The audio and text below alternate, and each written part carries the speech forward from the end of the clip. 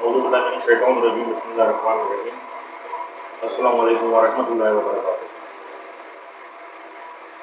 واقعہ کربلا میں نے آپ لوگوں کو پورا تفصیل بتایا، شہادتیں بتائیں اور جن جن کی شہادتیں ہوئی وہ سب میں نے آپ لوگوں کو بتایا کہ کون کون شہید ہوئے، کون کون نواسۂ رسول، بھانجے، بھتیجے، مطلب کن جانساروں نے اپنی جانیں قربان کی۔ اب جو واقعہ ہے وہ ایک اور ہستی کا ہے جو اس وقت یزید کی قید میں بھی تھے اور یزید کی جیل میں تھے جب یہ واقعہ کربلا پیش ہوا۔ اور واقعہ کربلا کے بعد جو انجام ہوا یزید کا، اس کے ساتھیوں کا اور کوفیوں کا، تو اس کے بارے میں آج میں آپ لوگوں کے سامنے پیش کرتا ہوں۔ ویڈیو کو آگے چلتے ہیں۔ حادثہ کربلا کی خبروں نے مسلمانوں میں ایک عام تہلکہ مچا دیا۔ اہل مدینہ نے یہ خبر و حادثہ سن کر یزید پر نالت کی اور اس کی معذوری کا اعلان کر دیا اور اس کے عامل کو شہر مدینہ سے نکال دیا۔ اس خبر سے جنجلا کر یزید پلیت نے ایک زبردست فوج مسلم بن عقبہ کے ماتحت، جو شفاق معلوم کے نام سے مشہور ہے، اہل مدینہ کے خلاف روانہ کی اور مقام ہرا پر ایک سخت جنگ ہوئی جس میں بڑے بڑی جلیل تلتر صحابہ شہید ہوئے۔ 306 شرفائے قریش و انصار اور ان کے علاوہ ان سے دو چند دوسرے حوالی مدینے اس جنگ میں کام آئے۔ مدینہ طیبہ کی سخت بے حرمتی کی گئی مسجد نبوی کو گھوڑوں اور استبل بنایا گیا۔ دیگر اسلامی عمارات مقدم کی گئی۔ اس وحشیانہ حرکت سے صرف حضرت زین العابدین دوسرے علی بن عبداللہ بن عباس رضی اللہ بچ رہے، باقی تمام لوگ تعقیب کیے گئے۔ یہ غلام بنائے گئے جو بچے جیسے ہو سکا غیر ملکوں کو بھاگ گئے۔ مدینہ منورہ کی تباہی اور غار تگری کے بعد یہ شامی لشکر مکہ معظمہ پر حملہ آور ہوا۔ یہاں حضرت عبداللہ بن زبیر نے اپنی خلافت کا اعلان کر دیا تھا۔ مکہ مبارکہ کا محاصرہ کیا اور حسین بن نمیر نے قوا ابو قبین و قادیقان پر منجنیق حذف کر دی، جو شب و روز خانہ کعبہ پر سن باری کرتی تھی۔ ماہ محرم و سفر اسی حالات سے گزرا۔ ربیع اول کی تیسری کو شامیوں نے خانہ کعبہ پر آگ برسائی، چھت پر پردے جل کر خاک سیاہ ہو گئے۔ لڑائی کا خاتمہ ہوا تھا کہ اس طرح یزید بن معاویہ مقام عین سرزمین شام میں 14 ربیع اول 64 کو لنچرے 37 سال یکایک مر گیا، جس سے یہ لڑائی رک گئی۔ واقعہ کربلا کے بعد 61 ہجری سے پھر خواہ علی بن ابی طالب رضی اللہ تعالیٰ عنہ میں پھر ایک جوش و خروش پیدا ہوا اور خود کردہ پیشمان ہو کر کوفہ میں سلیمان بن زرد فزائی کے مقام پر مجمع ہوئے۔ اس مجمع میں مصبب بن نقوہ فزاری، عبداللہ بن سعد بن نفیل ازدی و عبداللہ بن والتمی ورفع بن شدہ تجبیری وغیر ہم رواسہ موجود تھے۔ بعض و تکرار کے شعوں نے مرغت طلب موازہ خون حسین علیہ السلام سلیمان بن مرتد فزائی کے ہاتھ پر بیعت کر لی۔ اس نے خفیہ طور پر اپنے ہم خیال لوگوں کی تعداد بڑھانی شروع کی۔ 64 ہجری میں یزید کے مرنے سے اور زیادہ تعداد ان لوگوں کی پیدا ہو گئی۔ اہل کوفہ نے عمرو بن حرج، جو ابن زیاد کی طرف سے کوفہ کا حاکم تھا، اس کو کوفے سے نکال دیا اور حضرت عبداللہ بن زبیر کی خلافت پر بیعت کر لی۔ یزید کے مرنے کے 6 ماہ بعد مختار بن ابو عبید وار کوفہ ہوا اور لوگوں کو خون حسین کے معاوضہ لینے پر ابھارنے لگا۔ سلیمان فزائی کے تمام امرائی اس کے شریک ہو گئے۔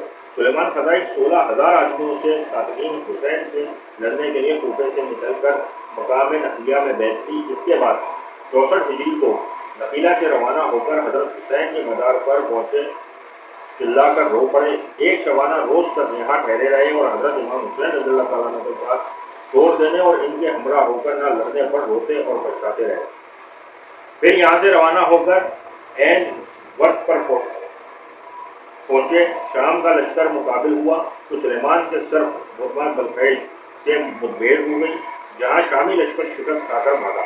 اس واقعے کی خبر عبداللہ بن زیاد کو ہوئی۔ اس نے حسین بن نمیر کو بصرہ فصری 12,000 لشکر کے جادی جمادی الاول 65 ہجری کو مقام عین الورد پر روانہ کیا، جہاں ہر فوج مقابل میں صرف روا ہوئی۔ اخرش لڑائی شروع ہو گئی۔ شام ہوتے ہوتے شامی لشکر میدان سے بھاگ کھڑا ہوا، مگر شب کی تاریکی سے دونوں فوجیں رک گئی۔ پھر کئی روز تک جنگ رہی۔ آخر میں شامی لشکر کوفیوں پر فتحیاب ہوا۔ یہ لوگ بھاگ کھڑے ہوئے اور کوفہ لوٹ آئے اور مختار بن عبید کے شریک ہو گئے۔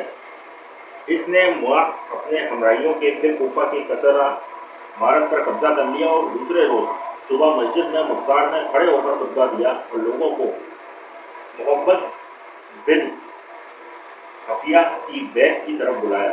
شرفا کوفہ نے کتاب و سنت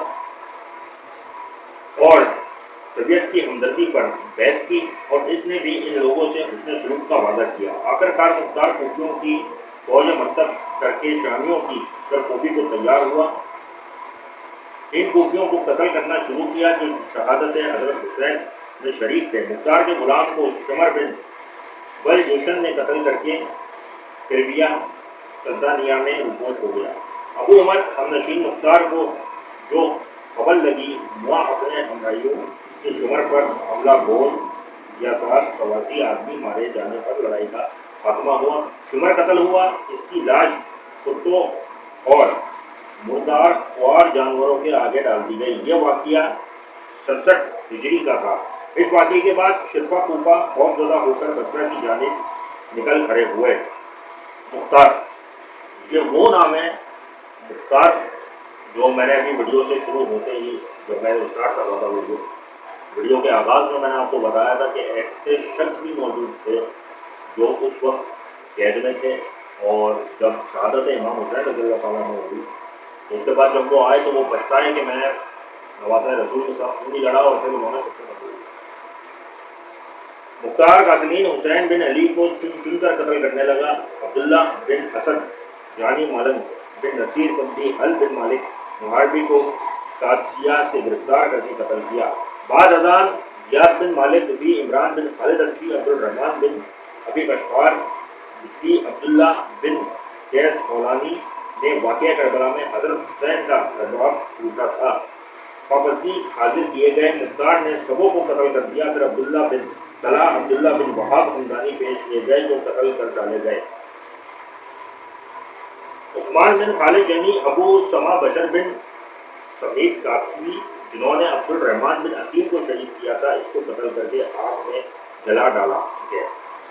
قولی بن یزید جس نے امام عال مقام کا سر اتارا تھا، اس کا سر کاٹ کر اس کی لاش کو جلوا دیا گیا۔ ان لوگوں کے قتل ہونے کے بعد عمر بن سعد بن ابی وقاص کا سر ابو عمرہ کاٹ لایا۔ مختار کے پاس اس وقت اس کا لڑکا حفظ بیٹھا ہوا تھا۔ اس سے دریافت کیا گیا یہ کس کا سر ہے؟ اس نے کہا اب زندگی کا مزہ نہیں ہے۔ مختار نے کہا عمر بن سعد باؤل کیوں ہے؟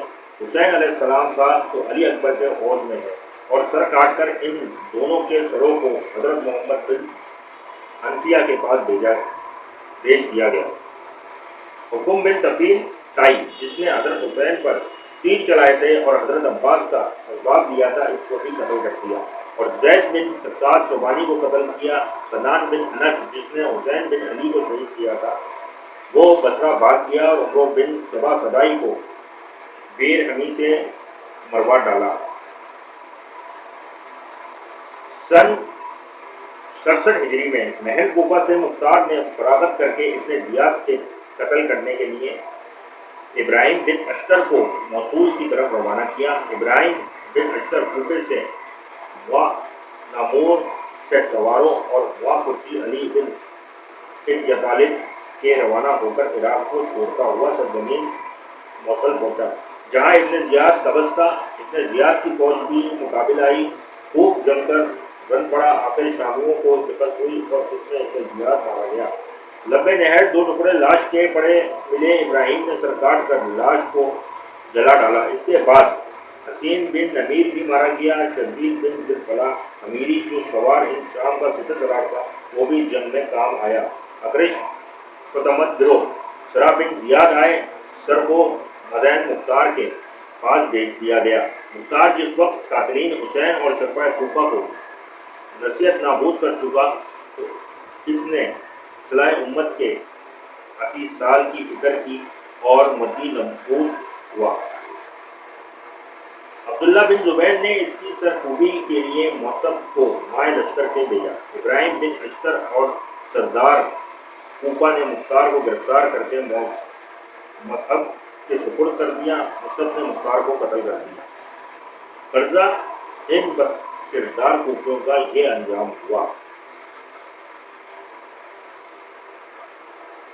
ظاہری بات ہے کہ وہ ایک محاورہ ہے، آپ لوگ بھی جانتے ہوں کہ خدا کے یہاں دیر ہے اندھیر نہیں ہے۔ اللہ تعالیٰ نے جب اپنے محبوب حضرت محمد مصطفیٰ صلی اللہ علیہ وسلم کے نواسے رسول اور ان کے نواسے، پھر ان کے بھانجے، ان کے بھتیجے، ان کے چچا، ان کے بھائی، سب کی جب قربانیاں اللہ تعالیٰ کے حکم سے ہوئی اور اللہ تعالیٰ کے سپرد کر دیا گیا، سب کو اللہ تعالیٰ کے حوالے کر دیا گیا کہ میرے کرام، تو ظاہری بات ہے پھر اللہ تعالیٰ اپنی شان کو دکھائے گا۔ وہ شان غوثہ ہے، ذوالجلال ہے والاکرام ہے، کریم ہے، رحیم ہے، وہ ہر چیز پر قادر ہے۔ اس نے دکھایا۔ ویڈیو کو پسند آئی ہو تو سبسکرائب لازمی کیجیے گا، بیل آئیکن کو پریس کر لیجیے گا، لائک کو ضرور کر دیجیے گا، کمنٹ سیکشن میں کمنٹ کیجیے گا۔ ابھی کے لیے اجازت چاہتا ہوں، اگلی ویڈیو میں جلد حاضر ہوں گا۔ اللہ حافظ۔